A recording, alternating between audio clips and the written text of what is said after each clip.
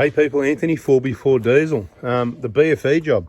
I think we've pretty well done it to death. We're about done on that, but we'll do a little video every now and then. I just wanted to quickly show you, we're doing one on a Prado at the moment that's got the two-piece pump already. So recently, well, I suppose that was in the VIP group. There's a lot more videos in the VIP group.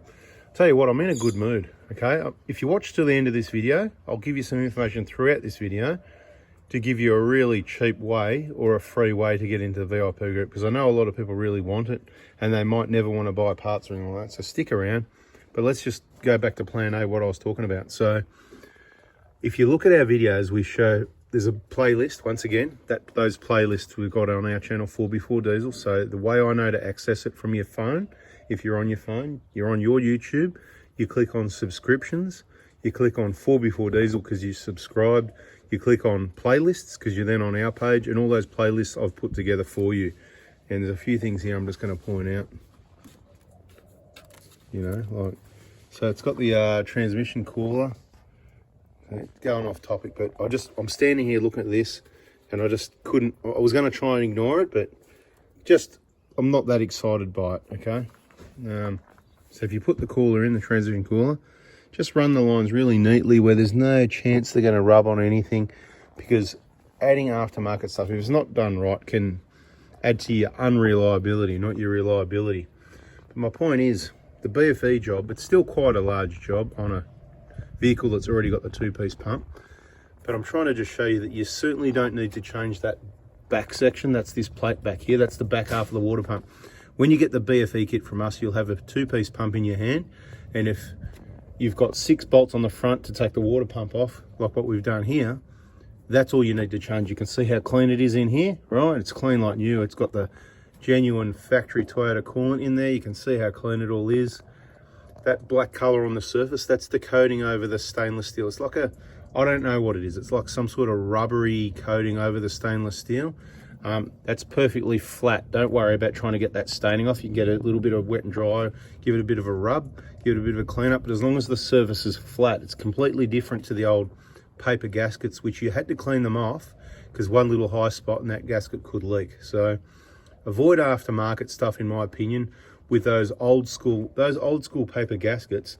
They're about as old school as these, you know, these clamps, you know what I mean? We don't like them, they're old school, okay? These are, you know, this is what's been around for years, right? Not all applications that use them, obviously. You've got varying situations where you need to be able to adjust and take them off. Like, they still use some here, but just see the quality of these ones is a lot better than the stuff that's supplied in the aftermarket kits, if you know what I mean. You know, they're just rough, they're sharp, they stick out, they've got a lot of sharp edges. I don't know. You've probably figured out I'm not a fan. But the point is, if you've already got the two-piece pump, or you've already, say you get the BFE kit off us for your one-piece pump setup, like your typical Hilux, you change it over to the two-piece setup, beautiful. That's at 150K, it'll be a pretty big job, but when it comes around to 300,000K, you still get the same parts in the BFE kit, but you don't need to use that backing plate. You don't need to pull off your compressor, your alternator. Look, it's up to you. Disconnecting the battery is still a good idea in case somebody cranks the vehicle because you got your timing belt off like this. So you can do that, or you can be really careful, whichever one you choose. Depends if you've got other people around, kids around, that sort of thing. You still need to replace your bearings again, here, and the bottom one. So it's all part of the job, the timing belt kit, the idler, the tensioner. So it's every 150K, right? But the point is, it's kind of a lot easier. You don't if the cam seal's not leaking, you don't have to crack this bolt loose. You don't have to take this off. You don't have to take the backing plate off. I mean, it's only a few more bolts, but it sort of adds or subtracts to the work quite a bit. So just thought I'd put it out there. If you've got a Prado, in most cases, you're going to have a two-piece pump already. I say in most cases because not all vehicles do. And if you've got a Hilux, most cases you're going to have a one-piece pump to start off with, once again, unless it's been changed. Now, this happens quite a bit. People love putting these on the wrong way. That is meant to face downwards. So what you do, you just take it off like that, clean all that out like that, or even better than that. And the way it goes on, one-handed, left-handed, bang, that's how it goes. It does actually look like it sits a bit loose, but it doesn't matter, okay? That's just how it is. It's probably because it's been on wrong for so long. Maybe it's settled in, or it's just luck of the draw, but it certainly doesn't go. See, things I was just going to leave alone. See, that's really tight to clip it on like that. So because it's been around the wrong way, maybe it's sort of settled in, but it doesn't matter. This way is how it goes. This is the way it must go. It's not going to come undone by accident or anything like that. So that's how it goes. And then all this can point straight downwards for it to work correctly. That is the way it needs to go. This vehicle is fitted with a safari snorkel. And it's good that they haven't completely blocked that up. It's good that all this is fitted correctly. Completely off topic, right? But you know, like I keep saying, it's all really important information, all comes together. Now, what else I can tell you about this, in case you missed it, with your pressure washer, be very careful, okay? We push it from this side back that way with a pressure washer, but you've got to keep your distance enough to push all the garbage out here off the front of the vehicle, and it clears things up so it looks like that again.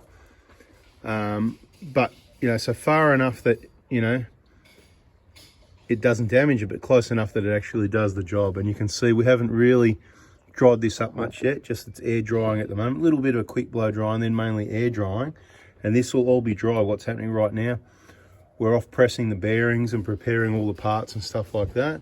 And then bada bing. I'll say it again, the cam seal, you can change it if you want, but my opinion is if it ain't broke, don't fix it. It is rare that they leak. It's not like these are Toyotas, right? You've got an awesome engine here, you've got an awesome vehicle, rest assured. It's not like they leak all the time, but there's probably 1 in 50, maybe 1 in 50, something like that. So if there's one that leaks and you haven't got a seal, that's a headache, isn't it, okay? Now the crank seal down there, we don't include that seal in the kit. They never leak. I'll go as far as to say never.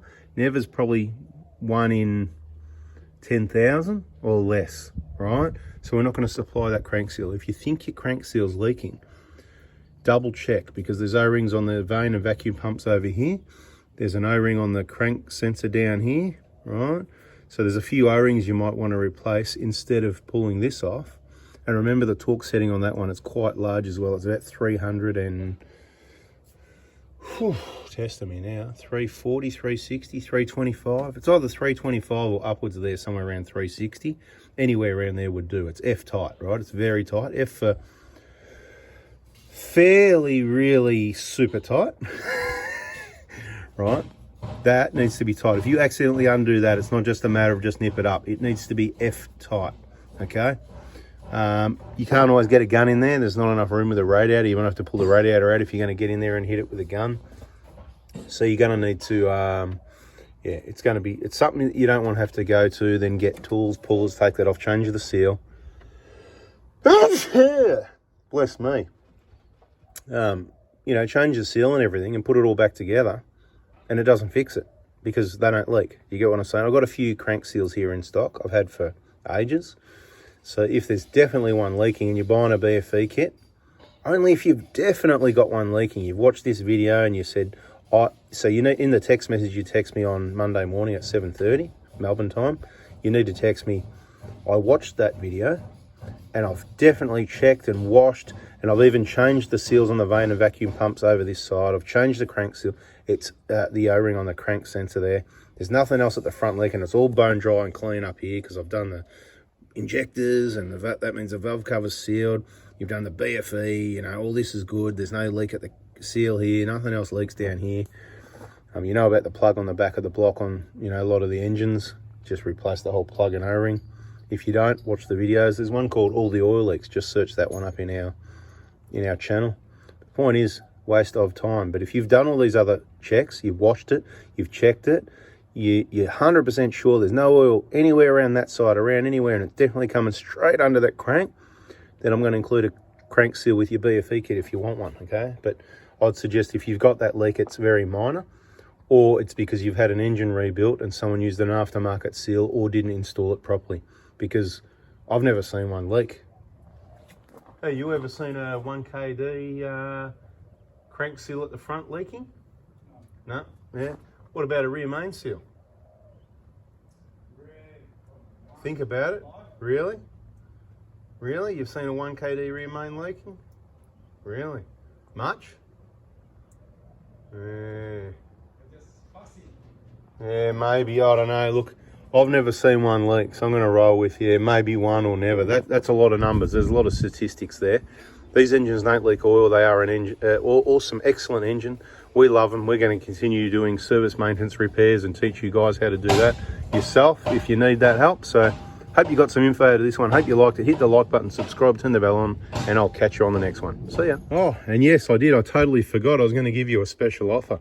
What was that going to be? Okay, so the VIP group, 4x4 Diesel VIPs, is a group on Facebook. That's the group you join once you purchase your parts, because it's got all the videos and information, encyclopedia 1KD with experience, backup service, and a whole group of people that have done the same thing. So that's where you want to be. That's the place to be if you've got a 1KD. Now, if you're overseas, it's obviously difficult to be a client because we can only send parts in Australia. So you need to know someone locally and then they can forward it to you. Or, and that often doesn't work out either because, you know, you've got different engines and injectors and systems that our stuff doesn't necessarily work. Creates a lot of extra work trying to go, is that the same? Looking at it, analysing it. So you just want to get in the VIP group. Okay, so what are we going to do? This is what we're going to do, right? Normally I say it's a $550 minimum spend to get into the VIP group. So if you spend $200 or $300, you still don't get in. But I do bend those rules a bit. If I think someone's really awesome, I just let them in anyway, right? If you've been to the Prado hospital for any work, you can join the VIP group. If you've been to the Prado hospital, pick up parts. Pickup's awesome. Come and pick up your stuff, save some money on shipping, and you can pick up a few extra things. Might be free, you know what I mean? Just remember, come along prepared. What are we going to do? Look, I did drop it recently. I said, look, you know, you're not actually, it used to be $550 deposit, so it can be either of these things, right?